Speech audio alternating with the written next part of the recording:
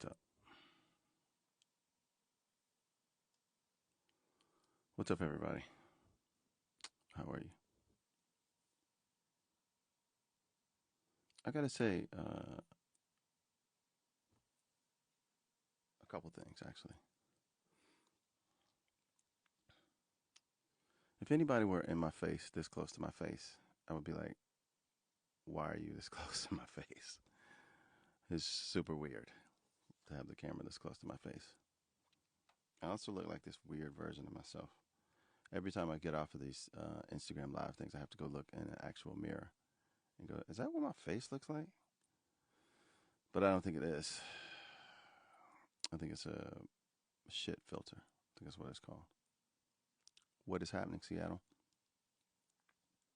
How are you today? Hope everybody's doing all right. It's Friday.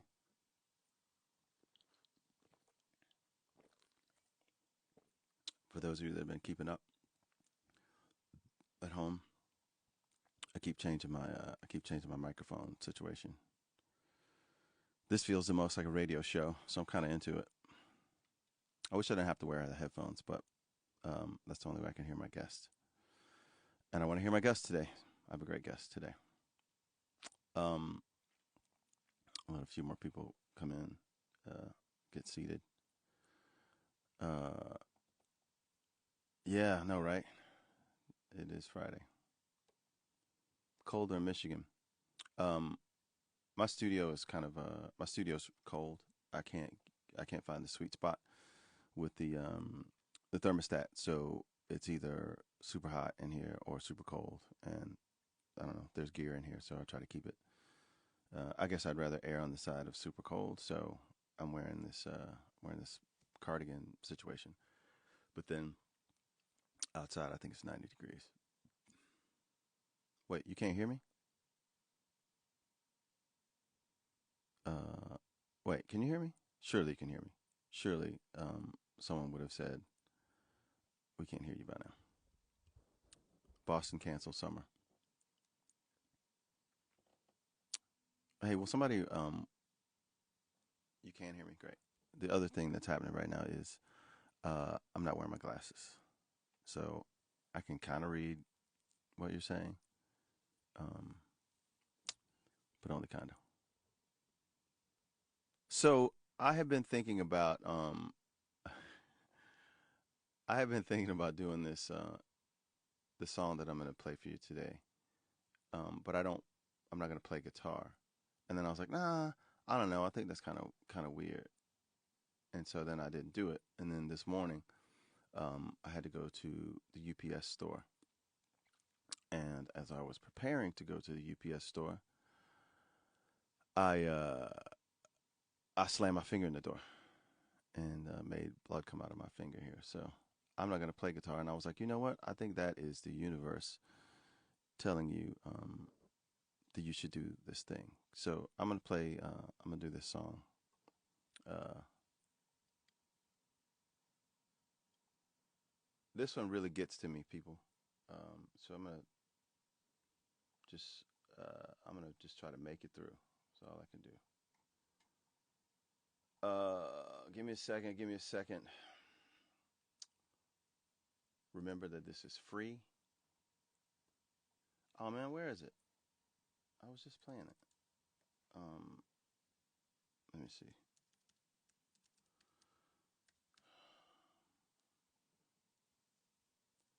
I got it somewhere. Don't freak out, people. Instrumental, instrumental. Nope, not that, not that, not that.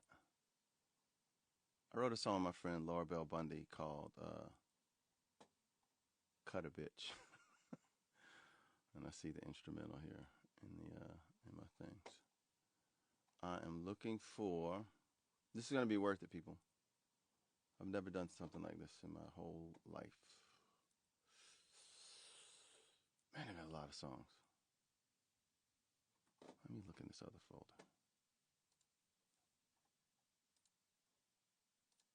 I found it. All right, let me put it in here. But then, okay, cool. Okay, Here we go. Get my life together here. Close this out. Welcome to today's episode of Granddad Got a Computer. Peepaw got a Mac. Starring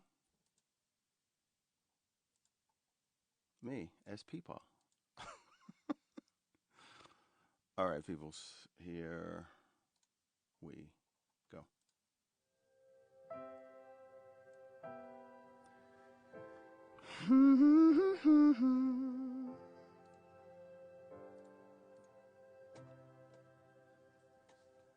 I wish I knew how it would feel to be free. I wish I could break all of the chains that are holding me. I wish I could say all of the things that I should say. Say 'em loud, say 'em clear, for the whole round world to hear. I wish I could share all of the love that's in my heart. Remove all of the bars that keep us apart. I wish you could know what it means to be me. Then you'd see, then you'd agree that every man should be free. I wish I could give all that I'm longing to give.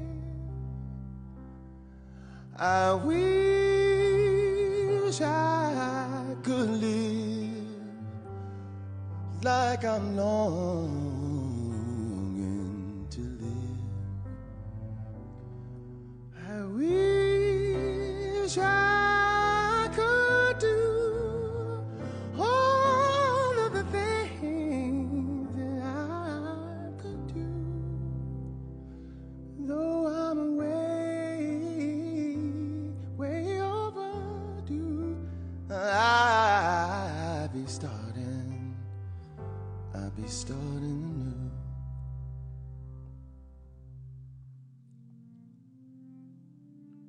I wish I could fly like a bird high in the sky.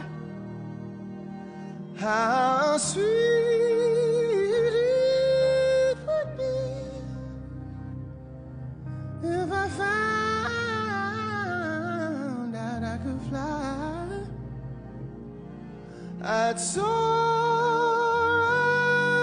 up to the sun and look down at the sea, and I'd sing, yes I'd sing, 'cause I know, yes I know that I'm free.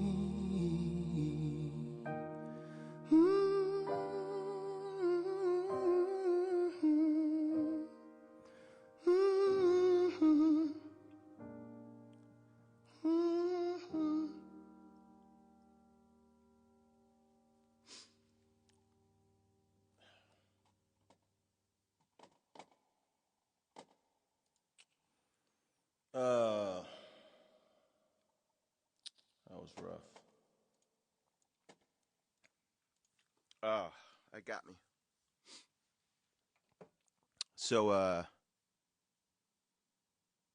when I was making the record Made in America, Truman came in the studio, and I guess I was listening back to a pass that I'd done, a vocal pass of that song, and he was like, "Daddy, what is that song?" And I was like, "Oh, it's a song by this woman, Nina Simone, called I Wish I Knew How It Would Feel to Be Free." And he said, "What's it about?" And I was like, "Well, uh, hop up here in my lap," and I let him hop up in my lap, and I was like, "We'll pull the lyrics up to the song," and then I played the version, and he just as he was reading along, and I was listening to the playback, I was just, I mean, just a mess. Uh, such a beautiful song, um, and made especially more poignant last week or so. The sort of current news cycle. I don't want to do a bummer show, but I got to do a real show with how I'm feeling. So yesterday I was washing dishes in my kitchen, which is where I wash dishes most of the time. uh, and the guy, I could see like the street behind my house, uh, and there was a white guy jogging, um, and he was wearing a mask, and I thought in that moment, it's like he has absolutely no thought, like it would never occur to him that he could get shot, that he could possibly be in danger for not only just running, but running with a mask, and he shouldn't have to. That should never cross his mind. Um, but it should also never cross my mind. And I've been fortunate enough to live in a way. I live in a neighborhood where you know it's fairly integrated, and the color of my skin is not a big surprise to people. And at least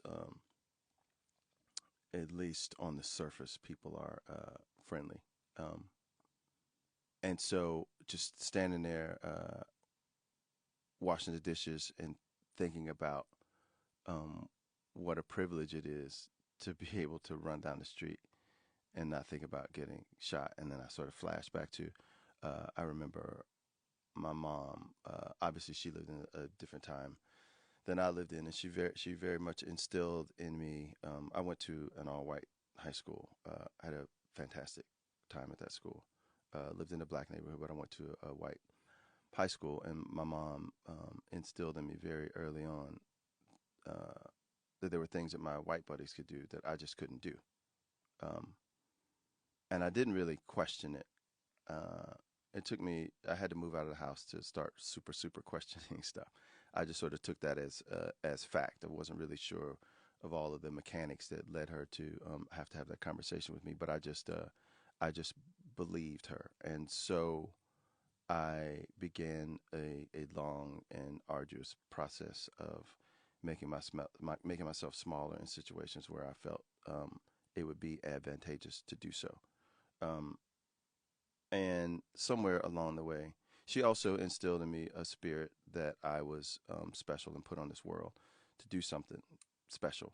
Uh, but it took me moving out and getting into the world to take the governor off of myself in rooms where I may have been the only black face in the room. Um, and it made me sad for, not for me now, it made me sad for that little brown boy um, in those rooms that he couldn't feel like he had access to all of the colors in the rainbow and be able to scream them out as loud as he wanted to, or as loud as some of his friends were able to. So obviously, talking about this is in reference to the Ahmaud Arbery killing, and it's sad that a Nina Simone's song ever had to be written and that it was ever relevant. And it's even more sad that it is still incredibly relevant for a person to be hunted down. Um, like the whole crime is obviously um, a huge injustice in and of itself. It speaks of inhumanity and of just a sort of an animalistic approach to life. So that in and of itself is horrible. But then, for it to have taken so long for these people to be brought to not even the ultimate justice, but sort of any sort of justice is just heartbreaking. And then you think about, in my mom's generation, had that happened to my dad or my cousin or my uncle or my brother, someone they just would have told the story and no one would have believed them. But fortunately, we have social media and people have phones, and apparently the person that took the video of the shooting is part of the whole thing. So yesterday was a rough day, is what I'm trying to tell you. Yesterday was a rough day. And I thank Nina, I thank God for having put those words together in a way that that song doesn't soothe me. That song stirs up something in me that is deep and thick and murky and beautiful, and a part of me that I don't stir up on a regular basis because it has lots of ingredients that I don't know what to do with. But I thank her for putting that art into the world, and to the degree that I may be a part of giving someone else that stew to have in their soul. I am so incredibly grateful. So, enough heavy stuff. I'm going to, my guest today is, one of my favorite people of all time. Like, if I lived another life, if I was reincarnated and I came back, I would be like, I have got to figure out how to find this guy. Just the smartest, brightest, best listener. Just has like this exuberance for life. When you're talking to him, he's staring in your eyes, even if you're not staring in his eyes. He's staring at yours to see where you're coming from, so he can feel your heart. And anything that he ever decides to sell, I'm buying. If any project that he says he's working on, I can't wait for it to come out. Just one of my favorite people, one of the greatest people on earth. My very, very good friend who happens to also be from Georgia, Mr. Scotty Crowe. Hello. What's up, man? Hey, what's up? Can you still hear me? I can hear you. Can you hear me?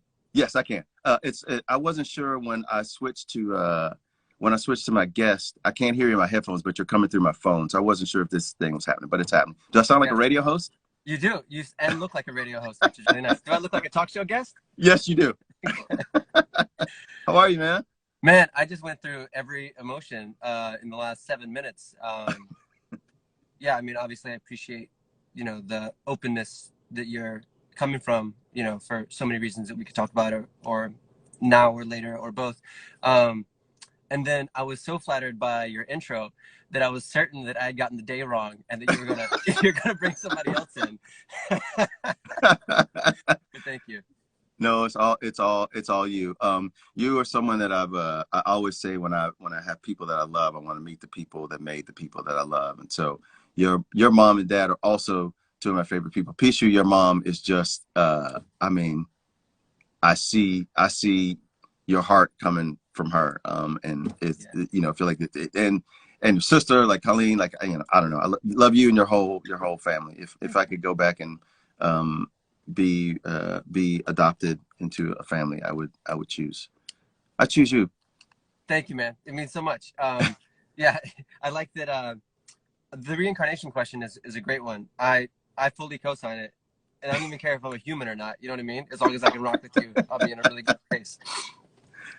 That would be awesome. Yeah. I'm in a mobile recording studio right now because my fiance is doing a big presentation in our office, and so I wanted Oh, to I give her got some space. And so, but I actually found that being in a car is actually like an ideal like mobile office because it's like climate controlled, soundproof in a lot of ways. I got a you. Yeah, mirror right here to check my hair and makeup. You know what I mean? Like yeah. it's actually pretty dialed. You know what? That is well, it doesn't work as well for me because I have a garage. So I think it would be weird for me to be in the garage. The lighting's not very. You got great lighting right now. Yeah, thank you, thank you. What is Molly working on? She got asked by her company. They do this. It's like a Japanese form of storytelling where you have like they do it like you have 5 pictures and you get a minute to talk about each picture. Mm-hmm. So it's like a 5-minute presentation to sort of tell your life story. So you pick 5 photos and then go through that. So it's a really beautiful way, I think, to share important things about yourself. So she was doing that. I got to rehearse with her, which is great, but I wanted to give her the space to do that without me Do being her in the thing. room. Yeah. I mean, as you were telling me this, I was like, God damn it, the Japanese do everything amazing. And what a great, that's so amazing. Yeah, it's really good. It's really good. So, but you will be out of the, would you be in the car were we not doing this thing right now? I don't know, maybe. I mean, it's like it's nice because I can chase like good signal. You know what I'm saying? And so I might do it anyway. All I right, would be in all a right. suit either way because I was like, when I think of the story of us, it's us in suits, and Nick, so I feel great about that. you have in a huge, in a huge way and like forever changed my sort of sartorial outlook.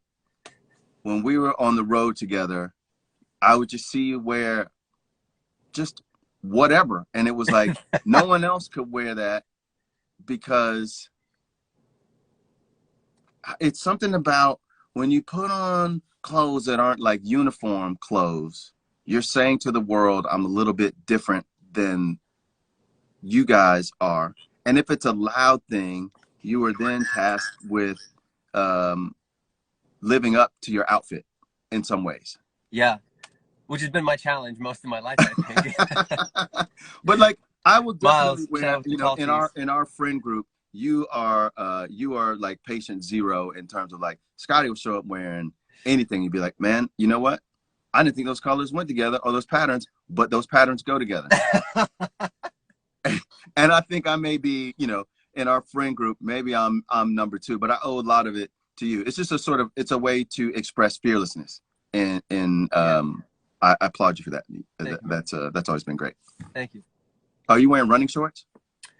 No, I'm actually wearing proper pants today, Fantastic. as luck would have it. Yeah. Um, well, man.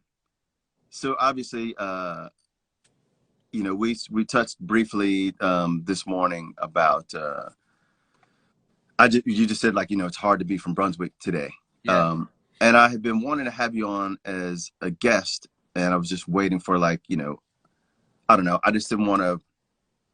We never talk about nothing when we hang out. And even if we did talk about nothing, I think it would still be entertaining and really engaging. But when this whole sort of, when the whole story came out and I heard he was from Brunswick, immediately my brain was pointed to you and Lee. Yeah. Being from Brunswick, obviously I have friends from all over the world. And I was talking to a buddy of mine in London yesterday and he was like, oh, is Brunswick, is that like your neighborhood? Is that, because I know you're from Georgia. And it's like, it's not my neighborhood, but it's close enough to me that I think I know what that air feels like Yeah. in that town. So it's such like an open question, but I know that you can sort of speak to how you feel about, I know how you feel about the injustice, but maybe how that feels in the framework of that being where you're from. Yeah. Man, it's like, it's one of the few situations in my life that I think that when I start to think about it, like a million thoughts and sensations like start to go through like my mind and my heart. And it's like so challenging to try to break any of that down into any like possible like lucid statement in a lot of ways. Right. I think that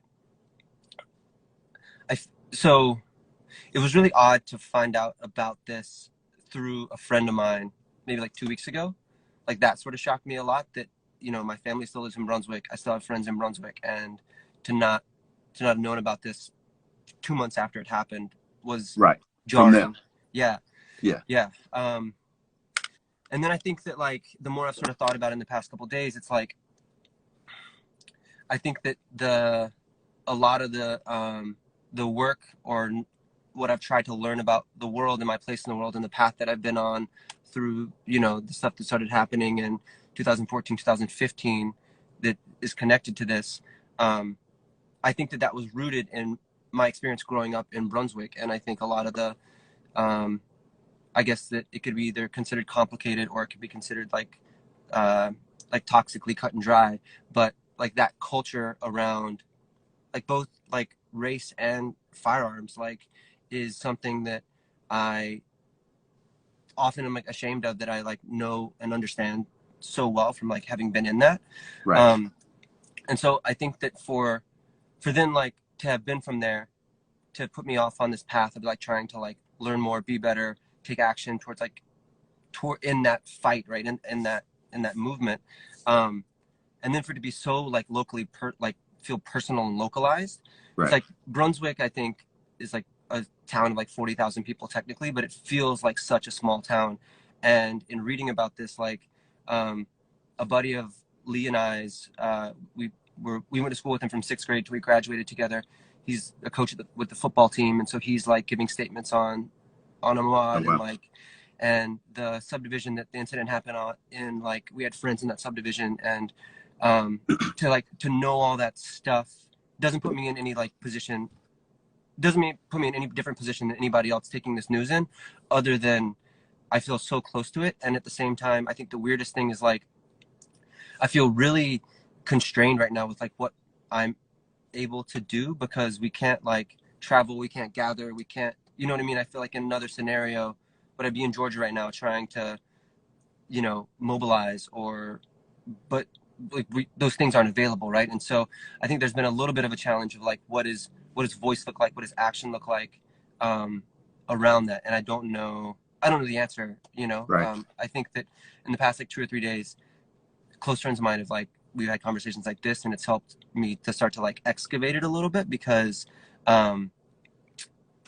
because I think that in some ways I was like pushing getting too close to it away just because I didn't know what to do, if that makes sense.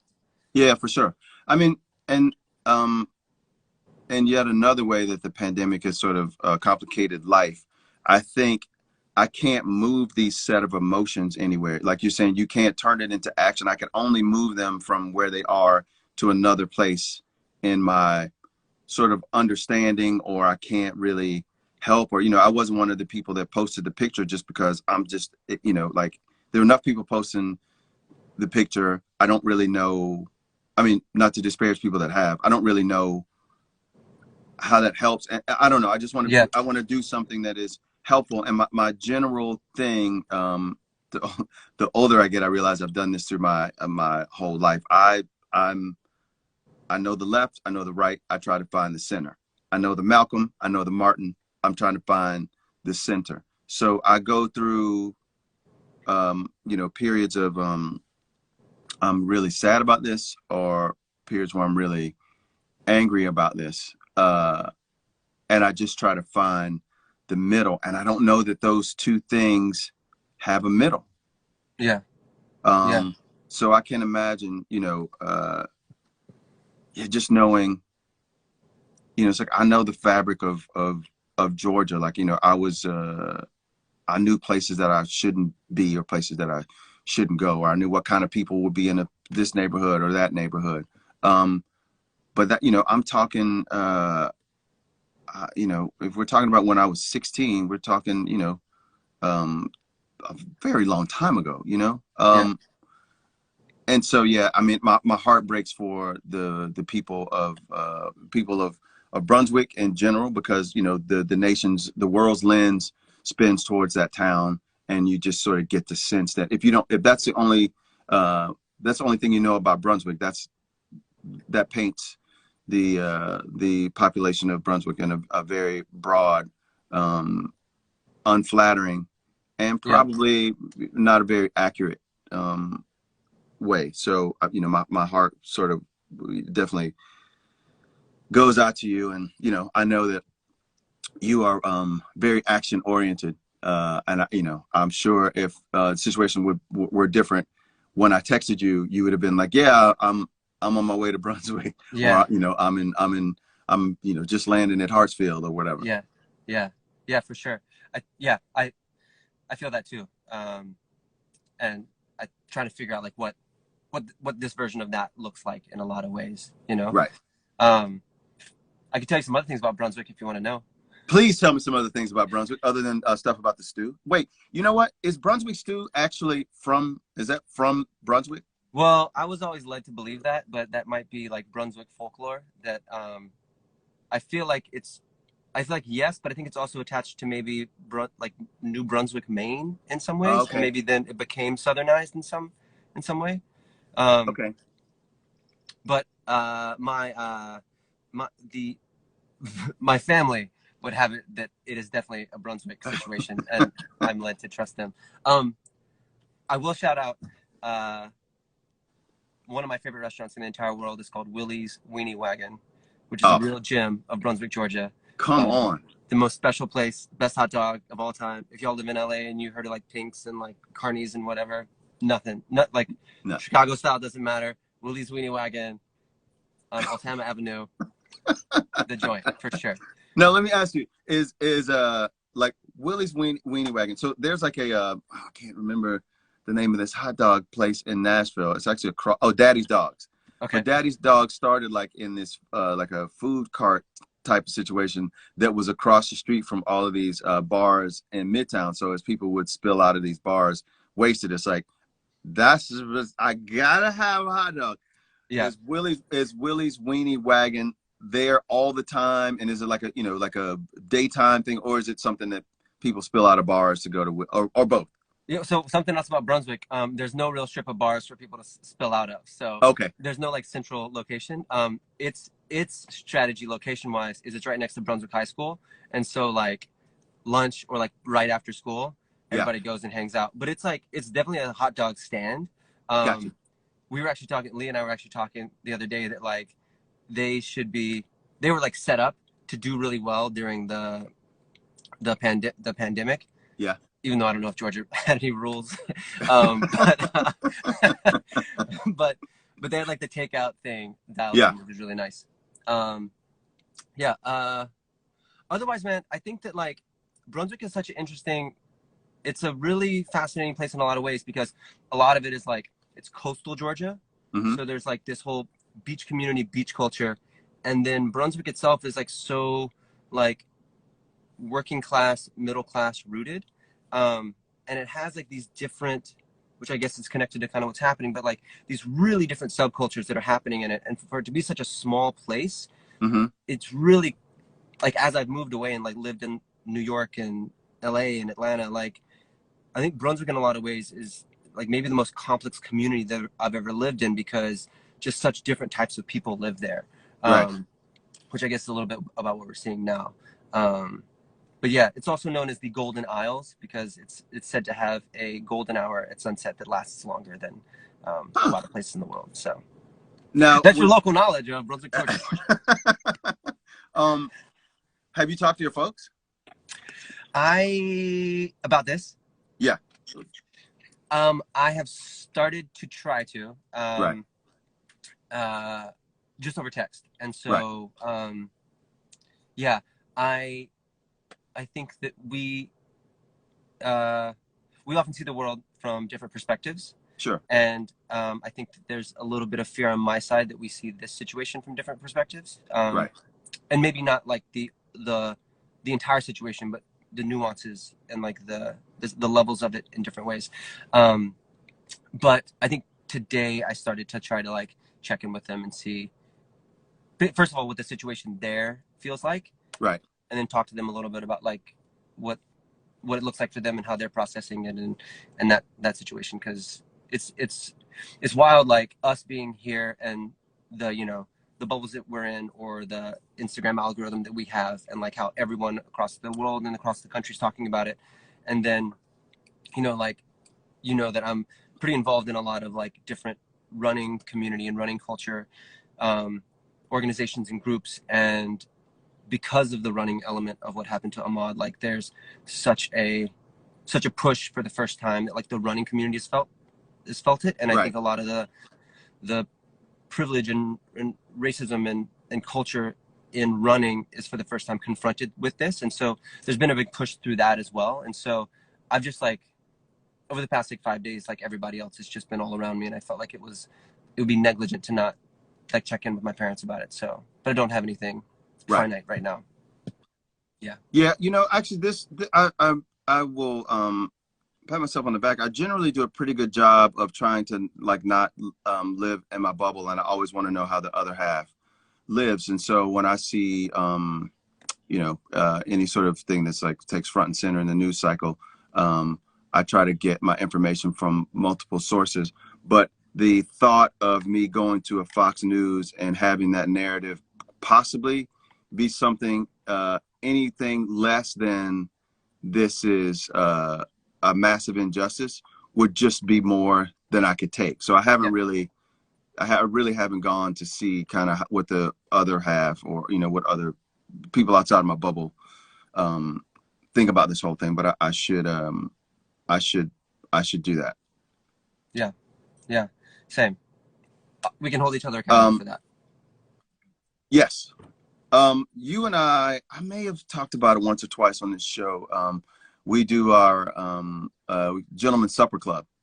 For those of you that don't know, we dress like Scotty dresses. A jacket is required. Tie is optional, and there are about 6 gentlemen, or I use the term gentleman loosely.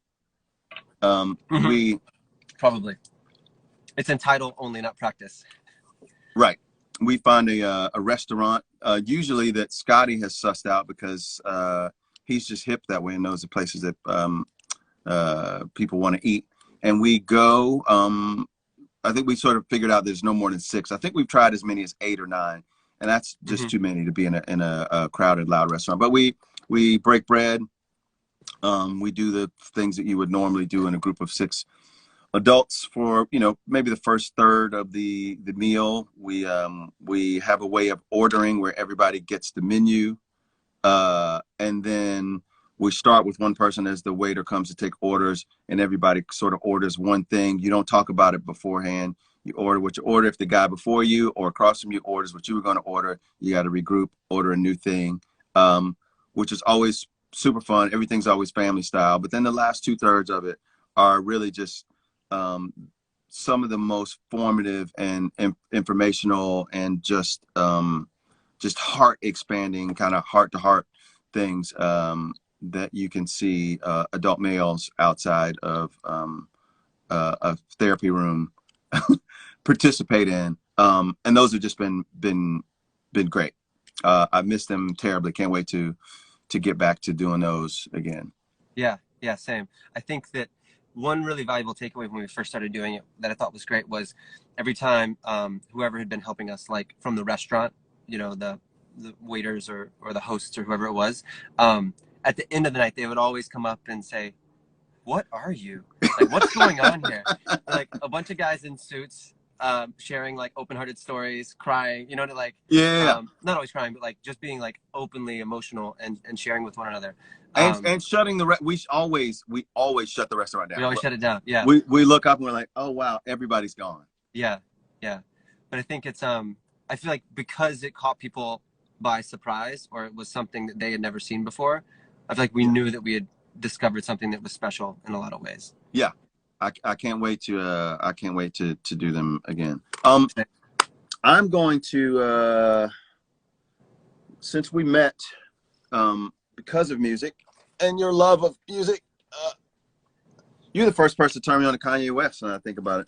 Wow, look at that. Well, I mean, you were so excited about it. I was like, okay, cool, I'll check it out. Like, this is because this was before the first record even came out. You were like, this is coming out, you got to check this out.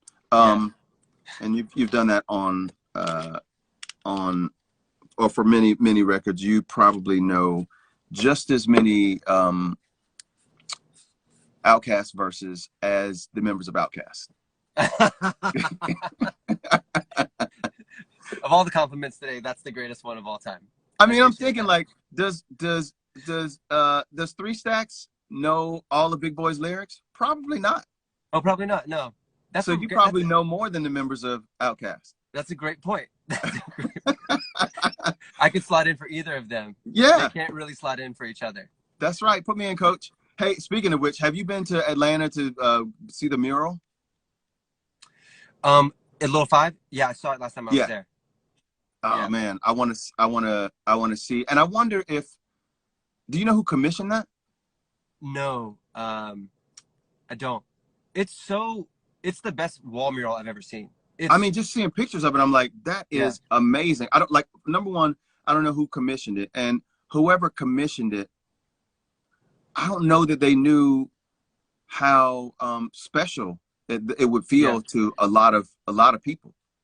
Yeah. And I love that there's no graffiti on it. Like nobody's gone and tagged it. Like it's beautiful. Like I can't wait to go back to Atlanta to get my picture taken in front of it. Okay. So the game is called Songversations, very much like our 100 questions of life sort of thing, but these are all sort of music-based questions. There were some in here that were just, they required you to kind of talk shit about an artist, which is not appropriate in this public forum. We can do that later. Right. So I took those questions out, and now we just have questions that I think are thought-provoking and should be fun. So I can either shuffle these cards and pick one off the top, or you can give me a number, I don't know, 1 through, maybe there are 25 cards in here. Great. How about 12? 12, you got it. Also, it's a short drive, but I'm going to move while we're doing this, but I'm here. Okay. It's okay. Something exciting for the people at home. 12. For those that thought you were on a Hollywood set, no, he is in a real car. I'm in an actual car. All right. Oh, wow. Huh. All right. You ready for this question? Ready. I kind of don't want to ask you this because this is actually going to come up in real life, but I'll ask you because this is the card that you picked. You're getting married. What song do you choose for your first day? You can't, because you're about to get married. I can't ask you that question because I want to be surprised. I'm sorry. Yeah. Yeah. It's better if you're surprised. Yeah. I'm going to put that away. Cool. All right. Just the two of us is sort of the headline, and that's backwards. The question is, what is your favorite musical duet of all time? Wow. I mean, so Outkast doesn't count, right? No, I was thinking as I was reading the question, I was like, that's like asking them what's your favorite Outkast song, but no, that doesn't count. Favorite musical duet of all time. I mean, the thing that comes to mind, I don't know if this is the right answer, but I can tell you the first answer is Drake and Future, What a Time to Be Alive. Okay. And it's a very specific brand, but I think that like there's a big part of my internal pie chart that is that brand. And I don't think that anything that they do together will meet that, you know? I got you. And I've also found that What a Time to Be Alive has become a bit of a motto for me in general, and the wedding, actually. And so I'm going to go with that. Is that also your first dance song? You'll have to see. All right, and every question has a B-side. Okay, great. And the B-side is, if you could sing your favorite duet, Future and Drake, What a Time to Be Alive, with anyone, who would it be? This is not pandering. Yeah. It's you. It's definitely. Oh, man. We got to make a video. We should. We should. Definitely. So are you moving because you were over your time in a space? I'm only moving because to get into it, my fiance now needs the vehicle. So we're gonna tag team locations, but I'm still available for fantastic. Many minutes or seconds you would care. Yeah, we have 15 minutes or so. You know, I have to tell people, I'm going to tell you something that you already know, but I think it will bring a smile to people's faces. Hey, who is that? Come here, whoever that is. Hurry. Because I knew if it was you or Hendrix, you would want to say hello. Hi, Scotty. Hey, True. What's good? It looks like you're a thinker. Yeah. I believe it. I'm playing outside. What are you playing? In a box fort. In a box fort. Wow. Mhm. That's fancy. Yeah. Are you? Hi, John. That's not John Mayer. That's somebody else. It says that actually her name is Sarah. Hmm. I know Truman, it's different that her name is Sarah, but her name on here is John Mayer Solos. Yeah. Truman, in your fort, are you preparing for an attack, or are you preparing to defend yourself? Defend and attack. Oh, Ooh, I like it. Versatile. Very, Yeah. very good. yeah, man. The little things. The amount of joy that kids get out of the packaging of things that you bought is just amazing. Like he's got more joy out of the box than I got out of the stuff that was in the box. Yeah, that's great. I want to go back to that state of mind. You know. All right. 100%. What do you got? So I'll be out in a minute. All right. Love you. Love you too.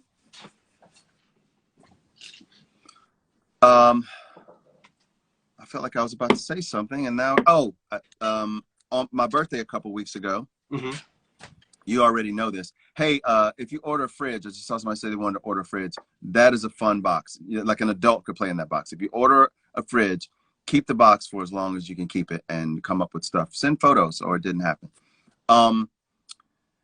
My birthday, I get a FaceTime from my buddy Scotty.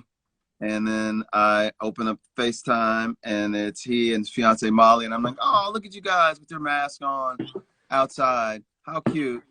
And I thought they were just on a walk, and then Scotty sort of slow pans, kind of spins around, and I could see that he's outside my house. Drive and by. I was like, "What a great surprise!" And so we had like, I don't know, half an hour conversation in the middle of the street. Just a great surprise, which just speaks to the kind of thoughtful person that you are.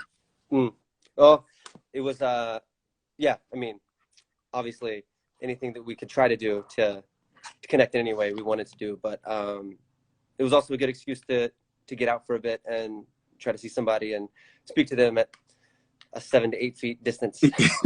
Yeah, I talked to Tony this morning. And he was like, "Man, if you want to have beers this weekend," he's like, I'm more than willing to come to your neighborhood and we could just drink beers from across the street." And I'm like, you know what? We might be at that point now. Yeah, it's true. We're graduating to it.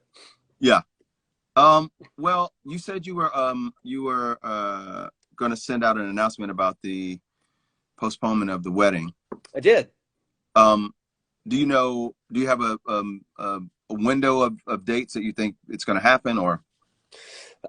No. So the full update. Well, first of all, today's fun because 9 years ago today, Molly and I went on our very first date at the Tasting Kitchen in Venice, California. And then we dated, and then we stopped dating, and then we dated, and then we stopped dating, and then we dated, and then we got engaged. So we were planning to get married in October in this little town that we really love in Texas called Marfa. And just because of obviously the state of the world, but also, a little town like that, it's hard to know what that town's going to look like in the next 2 months, in the next 6 months. So I think what we decided to do is sort of postpone the celebration indefinitely until we know when we can do that in full regard like we want to, Right. And I kind of think that when I imagine a wedding and I imagine a celebration together, there are actually like no rules governing how close we can be and how many people can be there. Do you know what I'm saying? Yeah. And so the fact that we don't really know when that is, we haven't even really put any thought into figuring out when that date is. So, so I think that that's to be decided, but that the thing that we do know is, and I feel like this is a bit of a lesson that I've kind of learned through this whole thing anyway, is that all of this is like postponed and delayed a lot of things, but it hasn't postponed and delayed life and the things we want to do, the things we want to create. And so I think I told maybe you, but in a lot of ways, like October felt like the start line for our life together. And we realized that when we remove the wedding celebration from that, our start line is now, and we can actually start to map all the things we want to do together, all the things we want to do separately starting now and not having Yeah. to wait until October and like the come down from the wedding. And so there's been a lot of like really valuable and fun and exciting things about talking about our future together that we wouldn't have talked about for the next 5 months. So Right.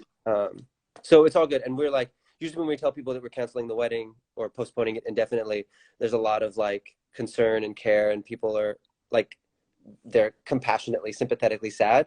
But Yeah. we just feel great about the decision. There's also no other choice. And so we can't really, you know what I mean? We can be Right. like a little disappointed, but like, that's it. So, so we're in a super good space about it, and we're trying to figure out when and where it'll look like down the line. Right. The part of me that looks for clues in language and Easter eggs and movies and all that stuff was like, wait a minute. He said we're postponing the celebration. Does that mean you're already married? It doesn't mean we're already married. It doesn't mean we're already married. But we realize that those two things can be separated, right? Yes, absolutely. And so we can figure out what that looks like. Hi, Buck. Well, man, I cannot wait to dance at your wedding. I mean, I can't wait to be there, and I will cry big tears. When you told me, you were like, I got something to tell you, and you told me that you were engaged. You just have the biggest heart. You just have so much to give, and I was like, oh my God, I'm so happy that he knows that he found someone that's going to mirror that love. I was so, and still am, I'm so happy for you guys. I can't wait. I can't wait to be there. Thank you, man. That means a ton. I feel like beyond like all those words, lucky, fortunate, like just don't seem to come close to like how we felt together, you know? Yeah. So I actually want to give a shout real quick. I saw that one of our friends from Marfa jumped on, and she's Marfa? From Marfa, yeah, Buck. And from the minute that, so the way we got engaged, we took a road trip from LA across the American Southwest to Marfa, and I had been through the town and loved the stories and the history of the town, but we hadn't really spent much time there before. And so we decided that would be our destination, and that we'd get engaged in Marfa. And so I started trying to arrange like this proposal from LA remotely with people that I didn't know. And I reached out to Buck, and she helped put me in touch with some people and helped me was my ally on the ground to organize the proposal and our stay. And then we've actually become great friends because we love that town so much. And I think the hope is that once everything's back to whatever the version of normal is, that we can take all of our friends and loved ones there to celebrate and share and like energy. Yeah. But so we've gone like, I don't know, 4 or 5 times in the past year and a half to visit, and feel so happy and privileged to have become friends with people who live there and can feel connected to that town in a lot of ways. So, well, Buck, I can't wait to meet you. Thanks for stopping by. You missed. I don't know if you were here for the earlier part of the show when my special guest was Tom Petty, but I don't know why it's like that. He was my go-to like before he died, and now it's just still, now it's funny. Like when I'm playing shows, if I see somebody, like, you know, people are generally pretty quiet while I'm playing, and then if I see people like walk out, as soon as I see them like just about to cross the threshold of the door, I'm like, all right, ladies and gentlemen, please welcome my special guest, Mr. Tom Petty. Tom Petty. Like already.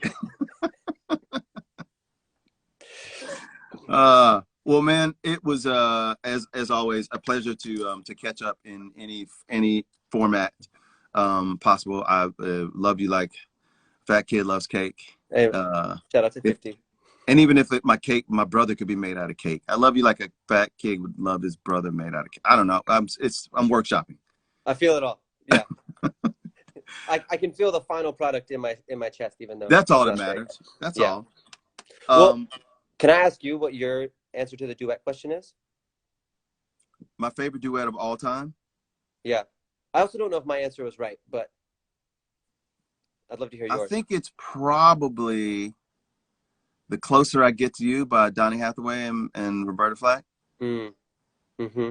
The closer I get to you. Because she sounds like such a woman, like a sweet woman. And he's like, just sounds like a man. Like there's no, you know, he's not doing any falsetto. It's like, oh, it's a man. So I love that I love that. And if I could do the duet with anybody, it would probably be the person I think has the sweetness in their voice that would most compliment me on that song will probably be Emily King. Love that. Yeah. Love that. As you were talking, I just realized I want to revise my answer, and I know it's the truth. You can do it. The right one. It's Regulate, Nate Dogg and Warren G. For sure. Okay. Hands down, without a doubt. It's still us doing it. Okay, I was gonna say, but is it still us? It's still us for sure. Great. And I can do either. You know what I mean? Every time we do it, we could alternate who does Nate and who does Warren G. Like, totally fine. I love that. Yeah. Sorry, it took me a minute to get there, but one more question. Yeah. Is that your first dance song? It's much closer. It's in the era of the first dance song. Okay. No, do you guys actually have your first dance song picked out? We do. Oh, you're such a planner. That's amazing. I made a deck for the wedding, like, because Molly's in marketing. And so I was like, I'm going to put together a deck of like the entire wedding experience. So we talked about like our values and how we want people to feel. And then like what the soundscape for every, like, because there's going to be a whole weekend, you know, like soundscape for the whole thing, colors, dress codes. Like we had it all mapped out in this really fun way. And that work will still be used sometime. But yeah, we had landed on what that was going to be, unless something else happened, you know? Right. So, well, maybe some song will come out between now and then that changes your whole view, and you'll have to bump some other song. True. Yeah. Well, much love to you, my friend. Thank you, man. Please hug Molly. I guess you guys switched places without her going across the screen. We did, but I will hug her. We have a date night, stay-at-home date night tonight. So. Oh, great. Yeah. All right. So for date night, did you order out? We are going to. We're trying to recreate the elements of our first date. Fantastic. As much as we can. That is great. Yeah, I'm trying to figure out what to do for Mother's Day around this camp. I've been asking Sloan like the past few weeks. I'm like, hey babe, do you want to you can just get in the car and go away. Like you've been momming pretty hard. And she's like, no, I'm cool. I don't need to get away. So I was like, hey, I got a great Mother's Day gift idea. What about I can leave and go for a drive and you can stay and be a mom? Like it's your day. Why not do as much of the thing that the holiday is about? You know, like do that more than you do on any other day. I'll see you later. And she was like, yeah, that'll work. Yeah. She's like, perfect. Yeah. So yeah, you guys have fun on your date. If you need to call in and have me serenade you guys at dessert or something, I wouldn't do it for many people, but I'll do it for you guys. Okay. Well, expect a call from me this evening then. All right, man. All right. Love you. Love you too, man. Thank you so much. This is so fun. Yes. Thanks for coming. Bye.